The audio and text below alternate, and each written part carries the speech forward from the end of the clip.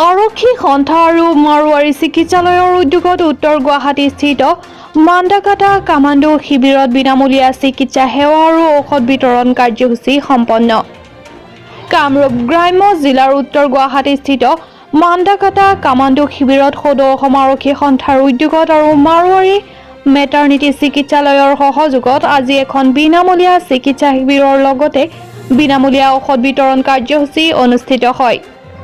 সদৌ অসম আৰক্ষী সন্থাৰ সভাপতি তাহেৰ উদ্দিন আহমেদৰ নেতৃত্বত কামাণ্ডো শিবিৰত গৈ উপস্থিত হোৱা দলটোত উপস্থিত আছিল ক্ৰমে মাৰোৱাৰী মেটাৰনিটি হস্পিটেলৰ মেডিচিন বিভাগৰ জ্যেষ্ঠ চিকিৎসক doctor N Sharma, doctor Sarukon Bora, doctor Anisul Choudhury আৰু ৱাছিম বৰা, কামাল দাস, মাৰ্কাৰ এল দাসৰ লগতে বহুকেইগৰাকী চিকিৎসা কৰ্মীয়ে ৰোগীসকলৰ হাইপাৰটেনচন, মধুমেহ, হৃদৰোগ, জ্বৰ আদিৰ বাবে ৰোগীৰ স্বাস্থ্য পৰীক্ষা কৰাৰ উপৰিও শিশুসকলৰো স্বাস্থ্য পৰীক্ষা কৰাৰ উপৰিও স্থানীয় লোকেও স্বাস্থ্য পৰীক্ষাত অংশগ্ৰহণ কৰে।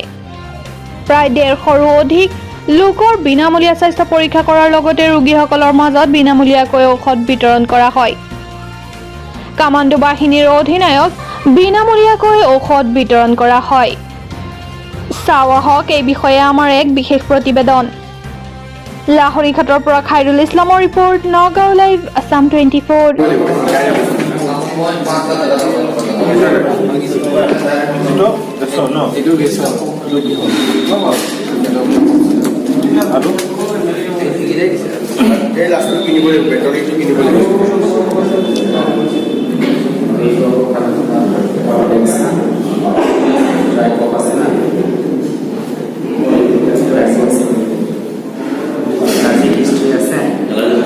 खांसी है